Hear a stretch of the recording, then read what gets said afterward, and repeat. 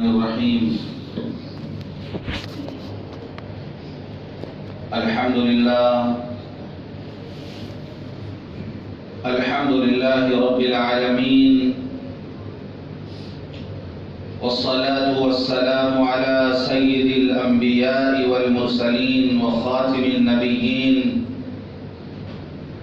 سيدنا محمد وآله وصحبه أجمعين، ومن تبعهم بإحسان ودعا بدعوتهم إلى يوم الدين. أما بعد، قال الله سبحانه وتعالى في القرآن المجيد والفرقان الحميد: أعوذ بالله من الشيطان الرجيم، بسم الله الرحمن الرحيم. إنما يتقبل الله من المتقين.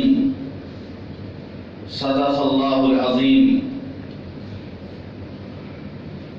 محترم بزرگوں، دوستوں اور دینی بھائیوں، جب انسان کو کوئی چیز پسند آتی ہے تو اس کو حاصل کرنے کو جی چاہتا ہے. پسند آنے کی وجہ عام طور پر صفات ہوتی ہیں. جب کوئی چیز صفات والی ہوتی ہے تو وہ اچھی لگتی ہے، خاص صورت ہو یا سیرت.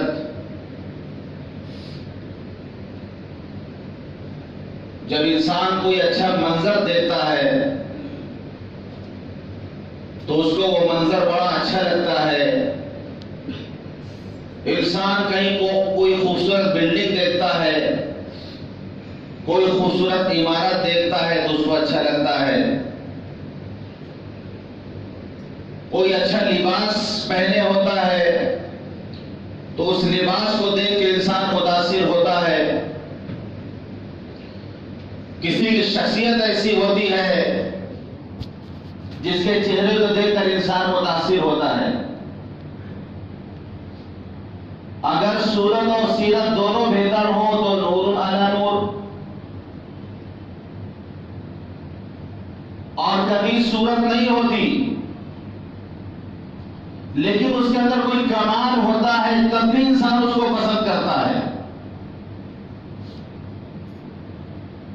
آپ دیکھیں بہت سارے کھلاڑی ایسے ہیں، چاہے وہ کرکٹ کے ہو یا فٹ بال کے، بے شمار لوگ دنیا میں ان کے چاہنے والے ہیں.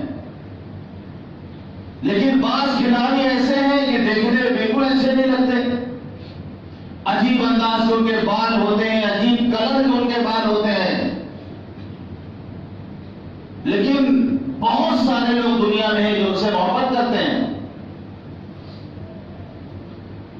تو جب انسان اپنے اندر کوئی کمال پیدا کرتا ہے تو پھر قدردان پیدا ہوتے ہیں. شاعر نے کہا کہ ہجوم بلبل ہوا چمن میں، کیا جب گل جمال پیدا. ہجوم بلبل ہوا چمن میں، کیا جب گل جمال پیدا. کمی نہیں قدرداں کی اکبر کرے تو کوئی کمال پیدا. ایک صاحب کمال پہاڑ کی غار میں چلا جائے، پہاڑ کی چوٹی پہ جا کے بیٹھ جائے، تب بھی اس کے چاہنے والے وہاں تک پہنچے گا اس کے پاس.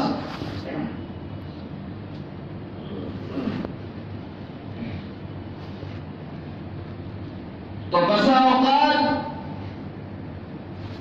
کوئی کمال ہوتا ہے تو انسان کو اس سے محبت ہو جاتی ہے، اور اصل چیز تو وہ ہے جو محبوب کو پسند آ جائے، چاہے وہ صورت ہو یا سیرت ہو یا ادا ہو، محبوب کو بس اچھی لگ جائے.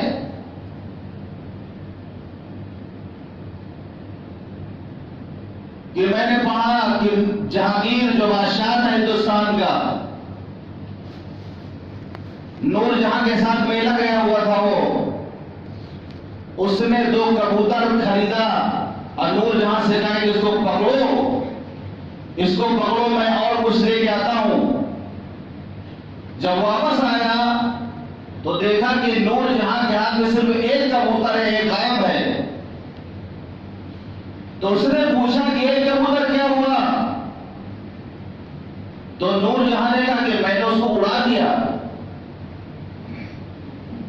تو تم نے کیسے اس کو اڑایا؟ دوسرا کبوتر لے کے ایسے اڑا دیا۔ مر مٹائی سطح پر اس کو اپنی بیوی اس نے بنا لیا۔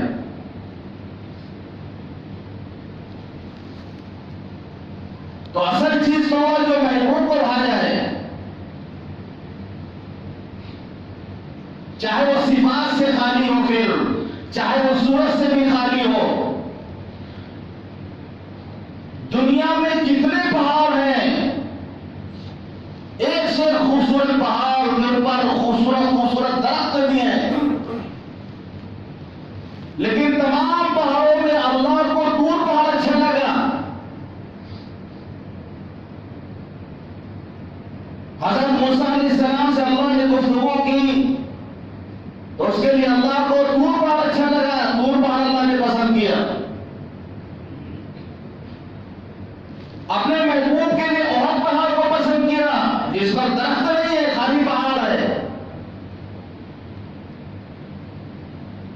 حضور پاک صلی اللہ علیہ وسلم احد پہاڑ کو دیکھ کے فرماتے تھے ھذا جبل یحبنا ونحبہ، یہ وہ پہاڑ ہے جو مجھ سے محبت کرتا ہے اور ہم اس سے محبت کرتے ہیں۔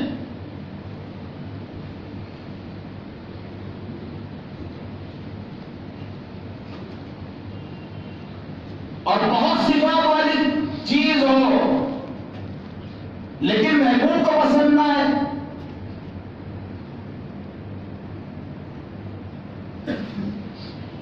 کہ ابلیس نے بہت عبادت کیا تھا، طاؤس الملائکہ تھا وہ،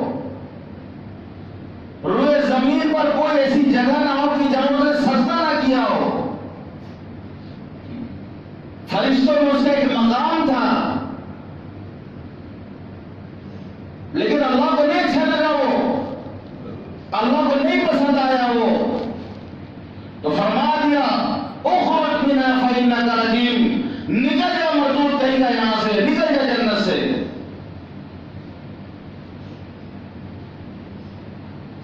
بنی اسرائیل میں ایک شخص تھا جس کا نام تھا بلعام باورا، 300 سال تک اس نے عبادت کیا تھا،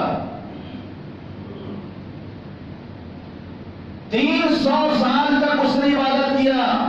ایک موقع پر صرف غلط لوگوں کا ساتھ دے دیا کہ حضرت موسیٰ علیہ السلام اپنی قوم بنی اسرائیل کے ساتھ اس کے شہر میں داخل ہو رہے تھے، تو اس کے شہر والوں نے اس سے درخواست کی کہ موسیٰ علیہ السلام اور ان کی قوم بنی اسرائیل کے لیے بدعا کیجیے۔ یہ بلعام باورا مستجاب الدعوات تھا، جو دعا کرتا تھا اللہ اس کی دعا کو قبول کر لیتا تھا۔ تو اس نے کہا کہ نہیں، ہم ان کے خلاف بدعا نہیں کر سکتے۔ قوم نے مال جمع کیا، مال جمع کر کے ہدیہ کیا کہ حضرت اس کو قبول کر لیجیے، آپ تو بدعا کر دیجیے۔ یہ ڈھٹھن گوپال ایسا ہے نا، یہ اچھے پھسل جاتے ہیں یہاں پر آ کر۔ جب مال ملا، لالچ پیدا ہوئی، تو غلط لوگوں کا اس نے ساتھ دیا، حضرت موسیٰ علیہ السلام کا ساتھ نہیں دیا، بلکہ ان کے خلاف بدعا کرنے کے لیے تیار ہوا۔ اور جب بدعا کر رہا بنی اسرائیل کے لیے، حضرت موسیٰ علیہ السلام کے لیے، تو اس کی زبان سے جو الفاظ ادا ہو رہے ہیں وہ بدعا اپنی قوم کے لیے کر رہا۔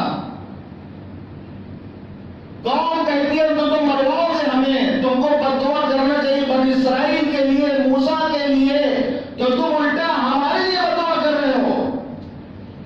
تب اس نے کہا کہ ابھی زبان پر میرا قابو نہیں ہے، میں بدعا ان لوگوں کو کرنا بدعا تمہاری طرف الفاظ جو ادا ہو رہے ہیں وہ تمہارے بارے میں ادا ہو رہے ہیں.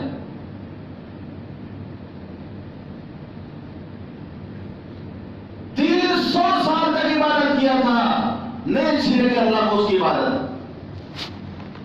کہاں جانا چاہیے؟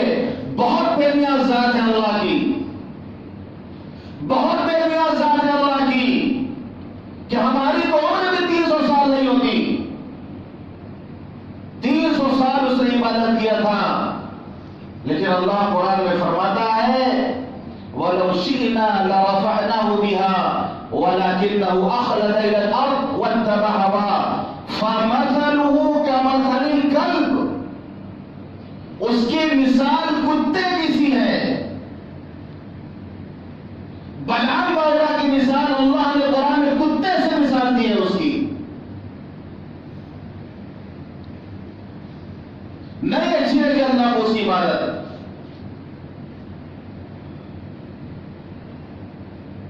بس اوقات ایک شخص ہوتا ہے, وہ ایک مرتبہ مسجد میں آیا, دعا مانگی اس نے, اس کی مراد پوری ہو گئی. لوگوں کو بتاتا ہے کہ اللہ سے بہت محبت کرتے ہیں, ایک بار میں ہماری سن لیتے ہیں, ہم جو دعا مانگتے ہیں قبول ہو جاتی ہے. اور ایک اور شخص ہے, وہ نیک ہے, نمازی ہے, گڑگڑا رہا, اس کی دعا قبول نہیں ہو رہی ہے. لیکن معاملہ یہاں یہ ہے کہ جب اللہ کسی کو اپنے در پہ بلانا نہیں چاہتے, اس کی دعا سننا نہیں چاہتے, تو ایک بار میں عطا کر دیتے ہیں کہ فرشتوں جو مانگ رہا ہو اس کو دے دو, مجھے اس کی آواز پسند نہیں ہے, مجھے نہیں سننا اس کی آواز, اس کو دے کے اس کو رخصت کرو. اور جس بندے سے اللہ محبت کرتا ہے اس کو بار بار اللہ بلاتا ہے اپنے در پر, وہ روتا ہے, گڑگڑاتا ہے, اپنی ضرورت اللہ سے مانگتا ہے. اللہ کہتا ہے فرشتوں رکے رہو, میرے اس بندے کا رونا مجھے بڑا اچھا لگ رہا, اس کا گڑگڑانا مجھے اچھا لگ رہا, اس کو اور رونے دو اور گڑگڑانا مجھے بہت پسند ہے.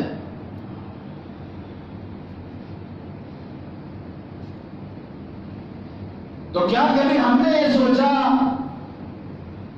کہ ہم اللہ کو اچھے لگتے ہیں کہ نہیں؟ ہمارے اعمال اللہ کو پسند آتے ہیں کہ نہیں؟ کیسے پتا چلے گا؟ تو علماء نے کچھ علامتیں بیان کی ہیں. ان علامتوں کو دیکھو, اپنے اعمال کو جانچو اور ٹٹولو کہ اللہ کے ہمارے اعمال قبول ہو رہے کہ نہیں ہو رہے ہیں. اس کی کچھ علامتیں بتائیں. پہلی علامت یہ بتائیں کہ ہم جو عمل کرنے جا رہے ہیں اس عمل کو دیکھ لیں کہ وہ عمل شریعت اور سنت کے مطابق ہے کہ نہیں ہے.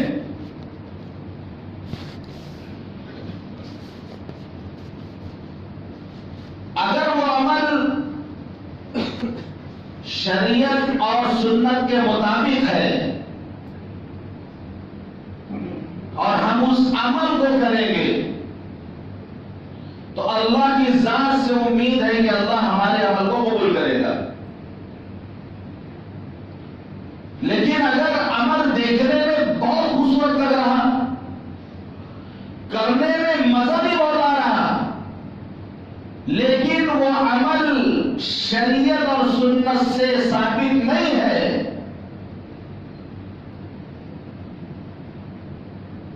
تو ہم اس کے لیے کتنی ہی محنت کیوں نہ کریں,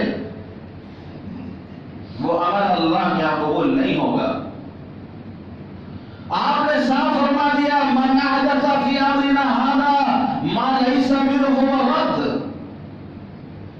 جو دین میں نئی بات پیدا کرے گا, جو ثابت نہیں ہے, شریعت نے جس کی اجازت نہیں دی ہے, اور وہ اس کو اچھا سمجھ کر کرے گا, دین سمجھ کے کرے گا, اس کو رد کر دیا جائے گا, وہ مردود قرار پائے گا.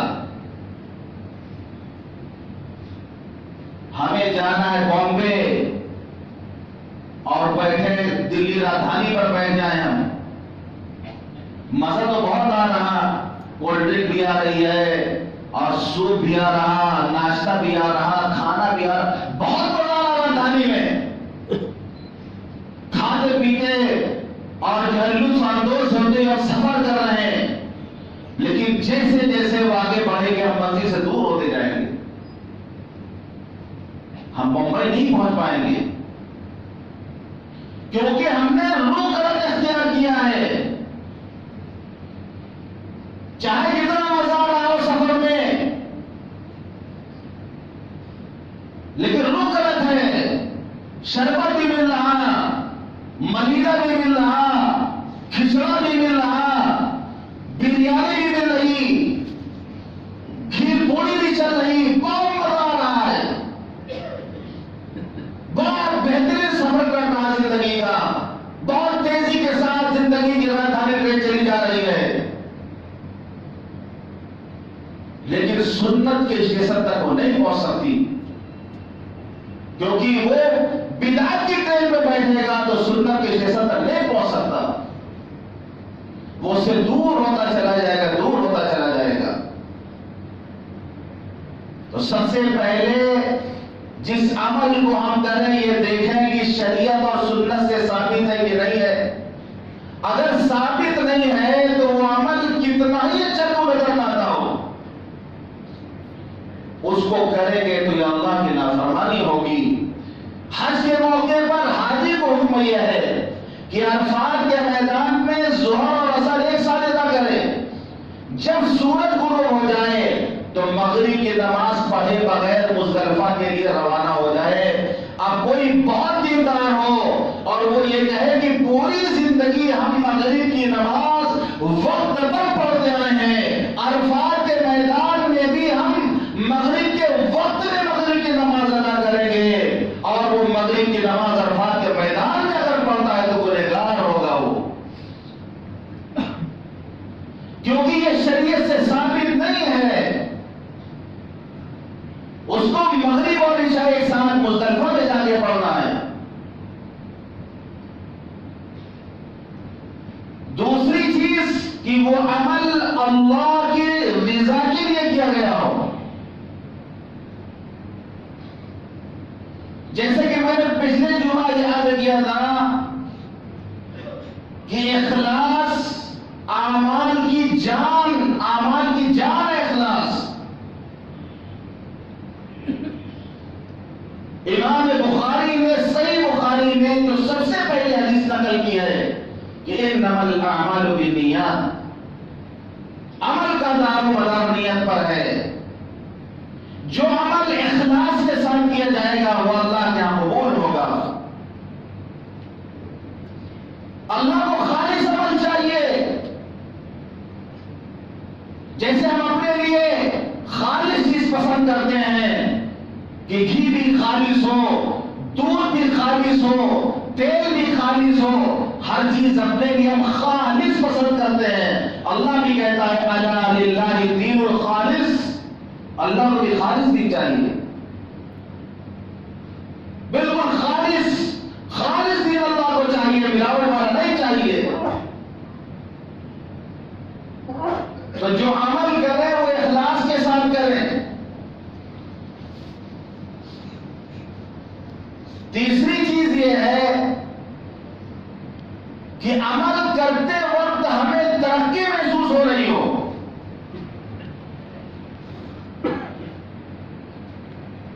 یعنی جیسے جیسے وقت گزرے اس عمل کو کرنے میں ہمیں مزہ آ رہا ہو. اگر عمل کو کرنے میں اکتاہٹ ہو رہی ہے، آج اچھا لگ رہا، کل اور کم اچھا لگ رہا، پرسوں اور کم اچھا لگ رہا، یہ ڈرنے کی چیز ہے. ترقی محسوس ہو رہی ہو، رکوع سجدہ کر رہے ہو، مزہ آ رہا ہو. آپ نے فرمایا ان تعبد اللہ کأنک تراہ فإن لم تکن تراہ فإنہ یراک، کہ تم اللہ کی عبادت اس طرح کرو گویا تم اللہ کو دیکھ رہے ہو. نہیں تو کم از کم اللہ تمہیں دیکھ ہی رہا ہے. اللہ ہمیں دیکھ رہا ہے، یہ تو ہو رہا، لیکن ترقی ہوتے ہوتے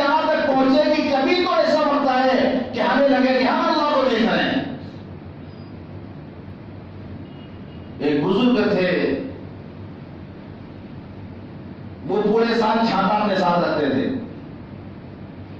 جاڑا، گرمی، برسات، چھاتا ان کے پاس ہر وقت رہتا تھا. تو کسی نے کہا کہ حضرت برسات میں تو چھاتا سمجھ میں آتا ہے، گرمی میں بھی سمجھ میں آتا ہے، لیکن جاڑے میں چھاتا کا کیا کام ہے؟ جاڑے میں کوئی چھاتا تو لیتا نہیں ہے، لیکن جاڑے میں بھی ہم چھاتا اپنے ساتھ رکھتے ہیں. تو انہوں نے کہا کہ میں چھاتا اپنے ساتھ رکھتا ہوں، نہ تو ہم برسات کے پانی سے بچنے کے لیے چھاتا رکھتے ہیں، نہ گرمی کی دھوپ سے بچنے کے لیے رکھتے ہیں. ہم چھاتا اپنے ساتھ اس لیے رکھتے ہیں جب عورتیں داہنی طرف سے میرے پاس آتی ہیں یا گزرتی ہیں تو میں چھاتا داہنی طرف کر لیتا ہوں، اور جب بائیں طرف سے گزرتی تو چھاتا بائیں طرف کر لیتا ہوں.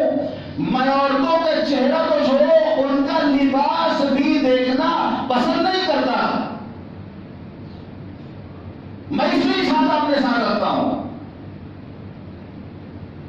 تو جو شخص اپنی نگاہوں کی حفاظت کرے گا، عبادت میں اس کو لذت محسوس ہوگی، عبادت میں اس کو مزہ آنے لگے گا، اللہ عبادت کی حلاوت اس کو عطا فرما دے گا، ایمان کی حلاوت اور مٹھاس اس کو مل جائے گی.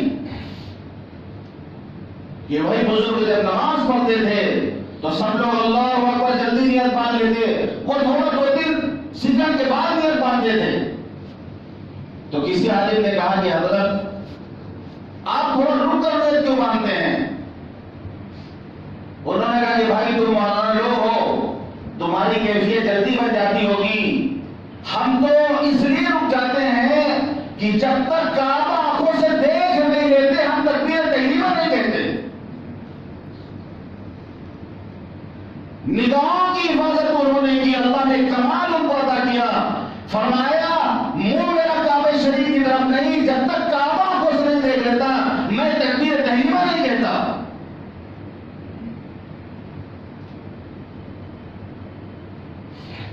ترقی محسوس ہو رہی ہو، رکوع سجدہ کرنے میں مزہ آ رہا ہو، حج کر کے آدمی آئے تو دنیا کی محبت نکل چکی ہو دل سے، دوبارہ پھر دنیا کے جنجال میں اتنا نہ گھسے ہو. لیکن وہ اس کے لیے ہے جو بیت اللہ کا چکر لگاتا ہے، جو ہے مکہ و مدینے کے مارکیٹ کا چکر لگاتا ہو، جسے یہ نہیں پتا کہ دعائیں کہاں قبول ہوتی ہیں، جسے سونے کا بھاؤ پتا ہے، کھجور کا بھاؤ پتا ہے، مارکیٹ کا بھاؤ پتا ہے، لیکن کعبے میں کون سی جگہ ہے جہاں اللہ دعاؤں قبول کرتا ہے اس کو پتہ ہی نہیں. وہ خود اپنے آپ کو چکر دے کے واپس آ جاتا ہے.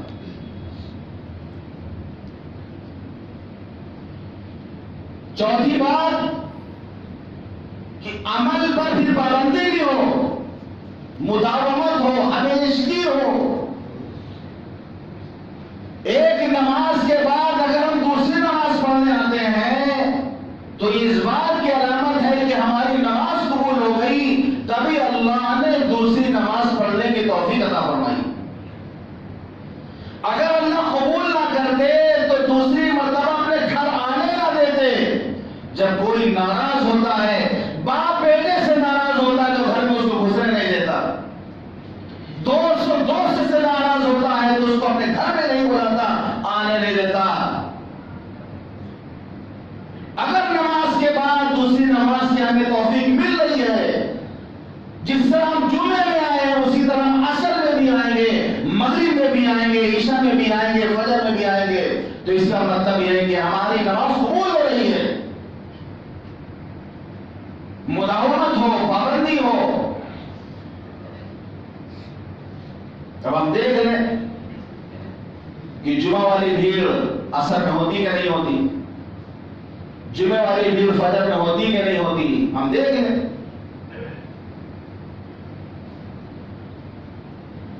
پانچویں بات تقویٰ ہو. قرآن نے کہہ دیا انما یتقبل اللہ من المتقین، کہ حضرت آدم علیہ السلام کے 2 بیٹے، ایک کا نام حابیل ایک کا نام قابیل. اس وقت یہ تھا کہ ایک حمل سے ایک بیٹا اور ایک بیٹی پیدا ہوئی تھی. دونوں سگے بہن بھائی ہوتے تھے. حضرت حوا کے دوسرے حمل سے جو بہن بھائی پیدا ہوتے تھے تو پہلے والے حمل سے جو پیدا ہوئے وہ بھائی اور دوسرے والے کی بہن سے شادی ہو جاتی تھی. اب حابیل کے ساتھ جو بہن پیدا ہوئی کم اچھی تھی, قابیل کے ساتھ جو پیدا ہوئی زیادہ اچھی تھی. تو قابیل نے کہا کہ تمہاری بہن کم اچھی ہے. حابیل سے کہا تمہاری بہن کم اچھی ہے, ہم اسے شادی نہیں کریں گے. ہمارے ساتھ جو بہن پیدا ہوئی ہے یہ زیادہ اچھی ہے, ہم اس کے ساتھ ہم اس کے ساتھ شادی کریں گے. تو کہا گیا قربانی پیش کرو. خود سمجھ ہے جس کی قربانی قبول ہو جائے گی وہ سمجھ میں آ جائے گا کون زیادہ اس کا حقدار ہے. قربانی پیش کرو. کتنا بڑا فتنہ عورتوں کا ہے. پہلا فتنہ دیکھیے ایک لڑکی کے بارے میں, عورت کے بارے میں ہو رہا. اس لیے ہم نے فرمایا ما ترکت بعدی فتنة اضر علی الرجال من النساء. آپ نے فرمایا کہ میں اپنے بعد مردوں کے لیے عورت سے بات کوئی فتنہ چھوڑ کر نہیں جا رہا ہوں. ایسا عورتوں کا فتنہ ہے کہ آدمی اس کے لیے عزت, شہرت, دولت سب برباد کرنے کو تیار ہے.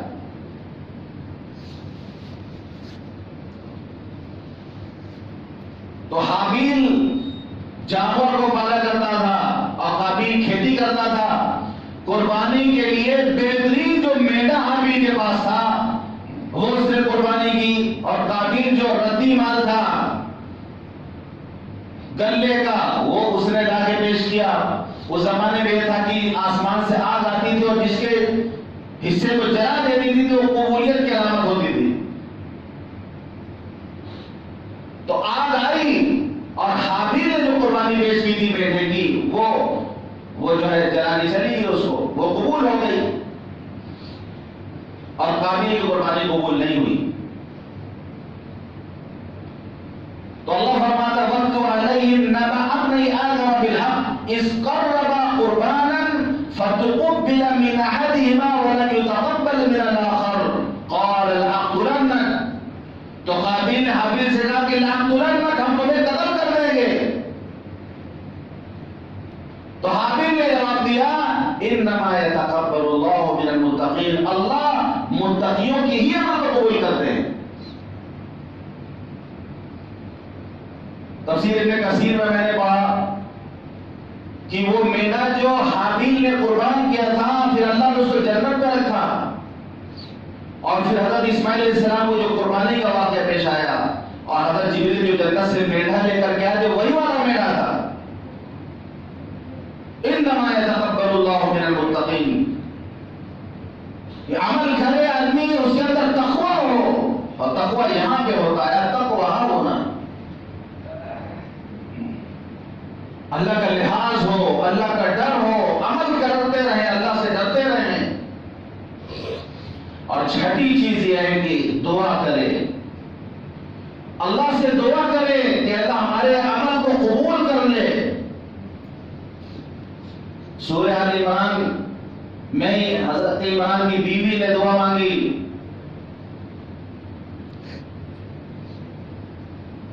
اس قالت امرأة عمران ربی انی نذرت لک ما فی بطنی محررا فتقبل منی.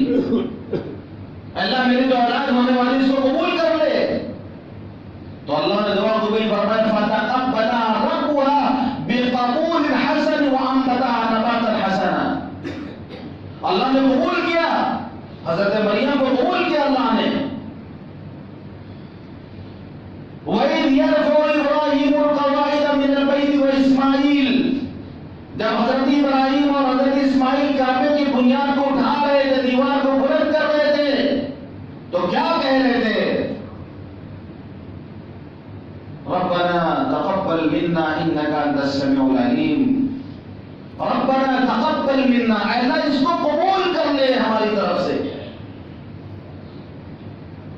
ہمارے نبی جب قربانی کرتے تھے تو کہتے تھے اللہم تقبلہ منی وعن امتی محمد,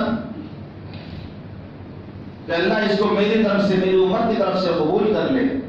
ہم بھی جب قربانی کرتے ہیں تو آخر میں دعا پڑھتے ہیں کہ نہیں پڑھتے؟ اللہم پوچھنے آتے ہیں منی کہاں کہا جائے گا، من کہاں کہا جائے گا، یہ تو لوگ پوچھنے بھی آتے ہیں. اللہم تقبل منی اپنی طرف سے کہیں گے، دوسرے کی طرف سے من کے بعد نام لیں گے.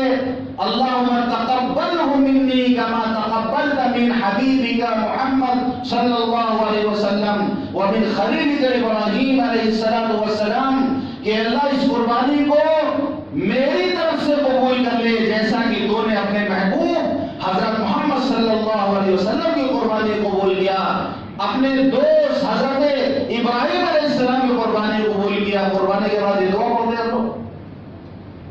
تو چھٹی چیز یہ ہے کہ ہم دعا کریں کہ اللہ تعالی ہمارے اعمال کو قبول کر لے. یہ وہ صفات ہیں، ان صفات کے آئینے میں اپنے اعمال کو ہم جانچیں، اپنے اعمال کو پرکھیں. اگر اس میں پورے اترتے ہیں تو انشاءاللہ اللہ تعالی ہمارے اعمال کو قبول کر رہا، ہم اللہ کو اچھے لگ رہے ہیں، اللہ ہمیں پسند کر رہا اور اللہ ہمارے اعمال کو قبول کر رہا. اللہ تعالی ہم سب کو اخلاص کے ساتھ عمل کرنے کی توفیق عطا فرمائے، کہنے اور سننے سے عمل کرنے کی توفیق عطا فرمائے.